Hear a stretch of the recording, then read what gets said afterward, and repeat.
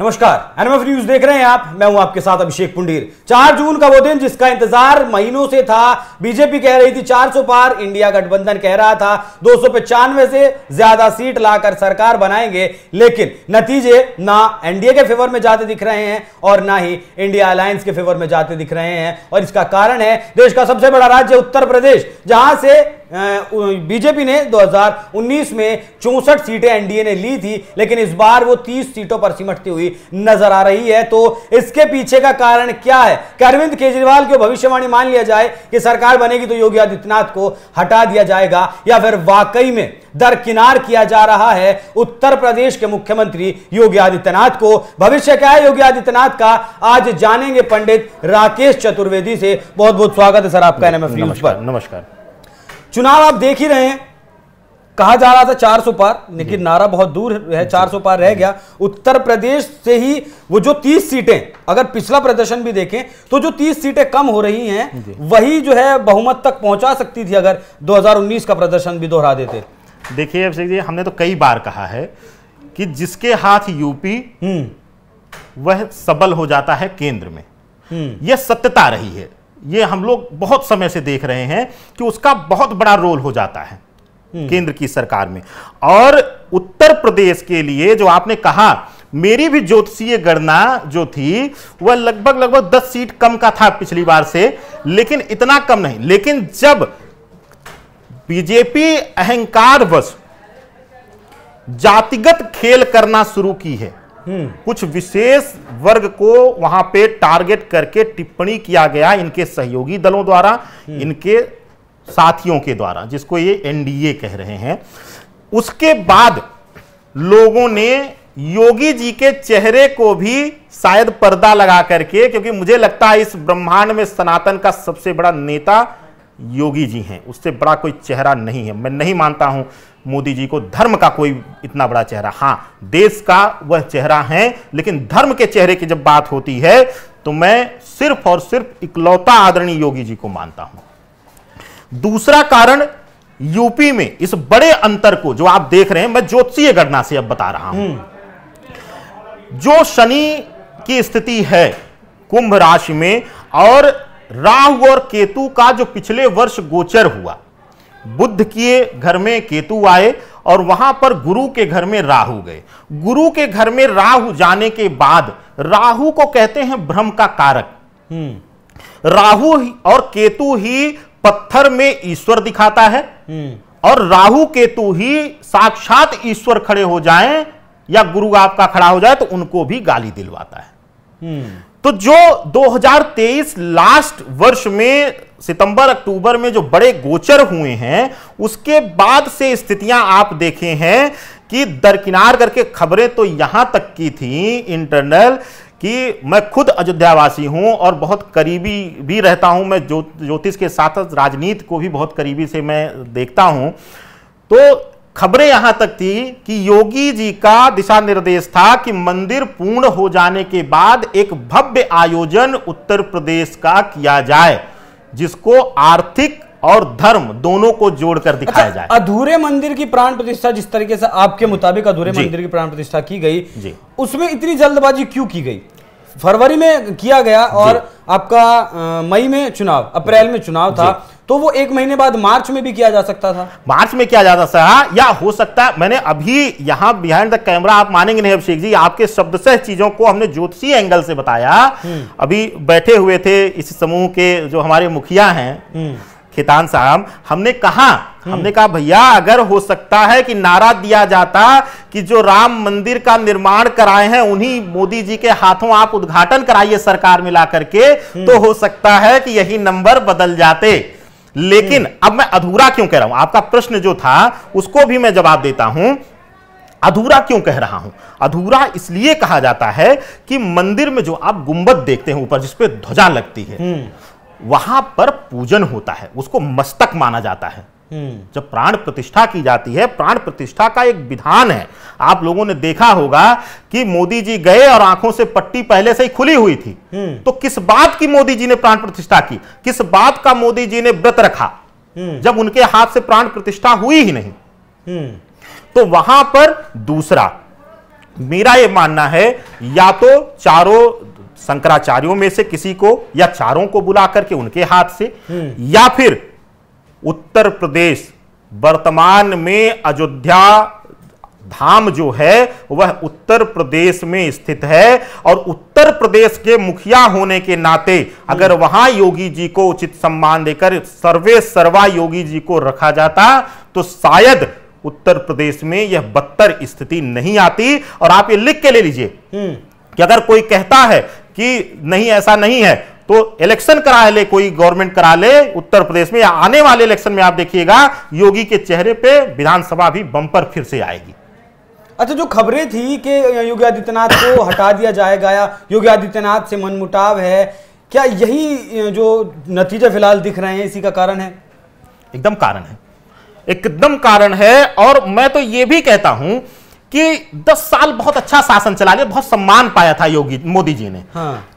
एक राजनीतिक दृष्टिकोण से देखें तो योगी जी एक युवा राजनेता हैं। हाँ। तुलना में बाकी केंद्र में बैठे नेताओं से अगर कर लिया जाए तो अगर इस बार अगर धर्म के राम मंदिर के चेहरे पर ही उज्जैन के महाकाल धाम, महाकाल लोक के या काशी विश्वनाथ कॉरिडोर के नाम पर ही चुनाव लड़ना था तो सबसे बड़ा शिव हठ योगी आदित्यनाथ ही थे।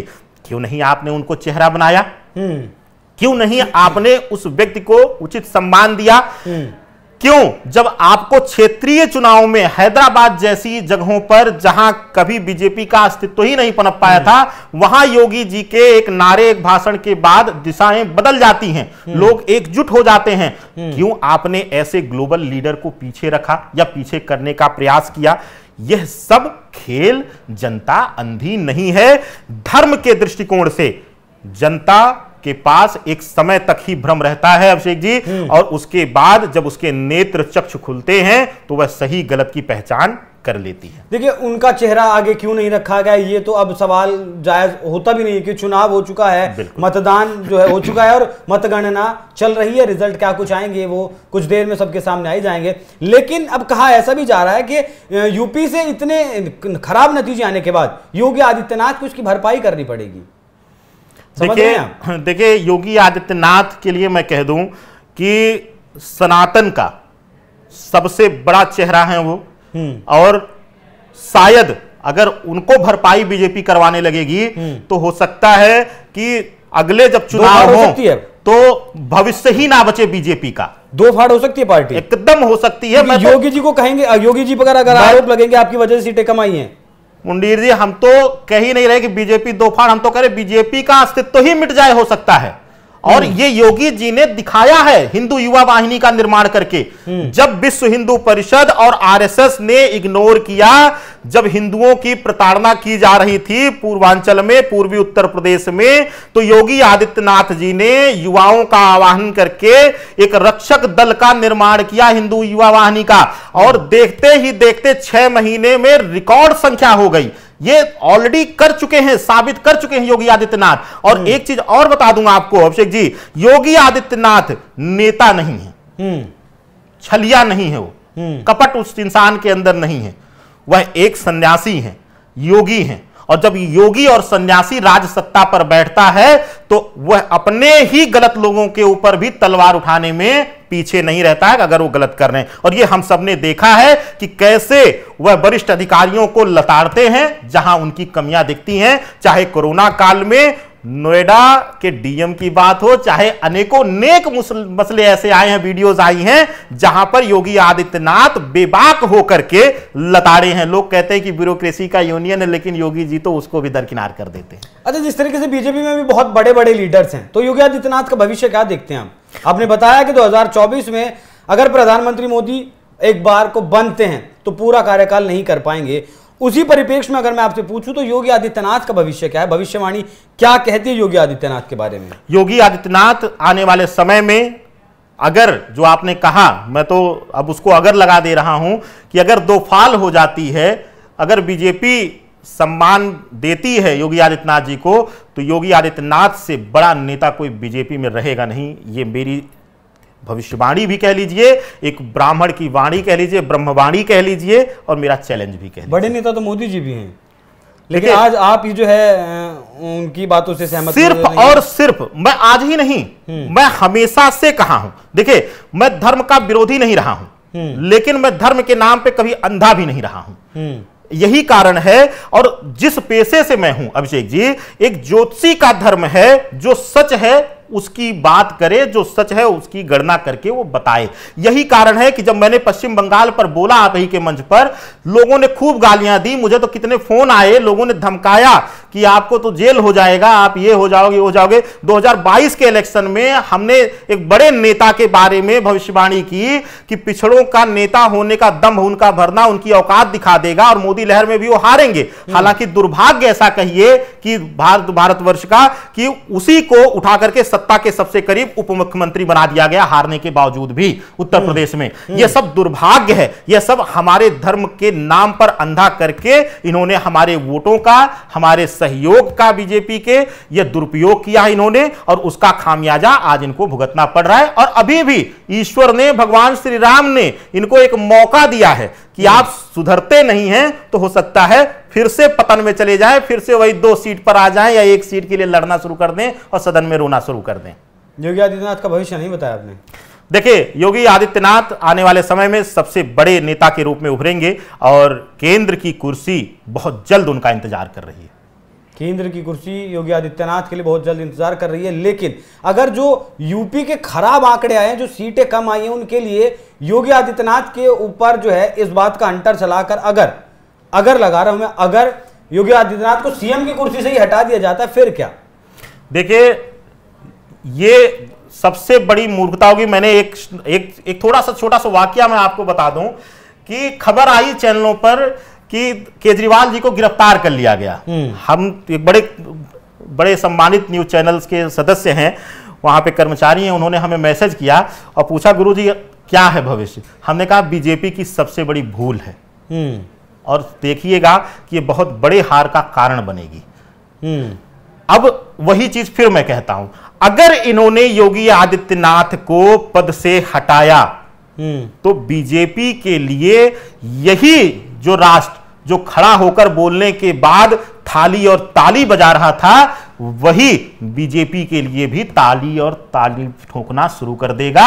और सबसे बड़ी चीज कि हो सकता है बीजेपी का अस्तित्व शून्य हो जाए। यह 10 बार मैं बोल चुका हूं। अगर योगी जी के लिए ये बहुत बड़ी बात कह रहे हैं, मोदी जी से भी जो है बड़ा बना रहे हैं आप। मैं 100 बार बोल चुका हूं, धर्म के चेहरे पे और सनातन के नेता के रूप में योगी से बड़ा कोई चेहरा है ही नहीं और ना जीवन में शायद होगा। ये मैं कई वीडियोस में बोल चुका हूं, अपनी भविष्यवाणियों में बोल चुका हूं। और तब जब मोदी जी उठ रहे थे 2014 के बाद ही मैंने भविष्यवाणी की थी कि चेहरा जो है सबसे बड़ा, जब पहली बार 2017 में बने योगी आदित्यनाथ, मैंने उसी क्षण कह दिया कि अब वह मुख्यमंत्री बनने के बाद भारतवर्ष के सबसे बड़े सनातनी नेता के रूप में उभरेंगे और उनको कोई रोक नहीं सकता है, चाहे वह बीजेपी हो चाहे कोई भी हो। ज्यादातर हिस्सा इस चुनाव का भी धर्म के आधार पर ही लड़ा गया, एकदम लड़ा गया, धर्म के नाम पे लड़ा गया, लोगों को जातिगत तोड़ने की प्रयास किया गया। मेरा सवाल यही कि धर्म के आधार पर ही क्या चुनाव लड़े जाएंगे अब देश में?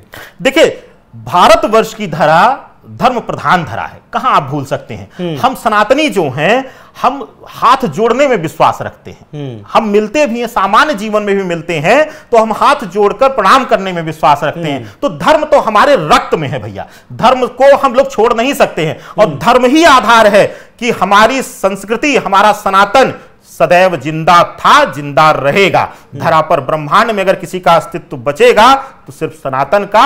और ये हम लोग प्रमाण देख चुके हैं, विज्ञान भी प्रमाणित कर चुका है कि सनातन के अलावा किसी का मूल कहीं दिखा ही नहीं है।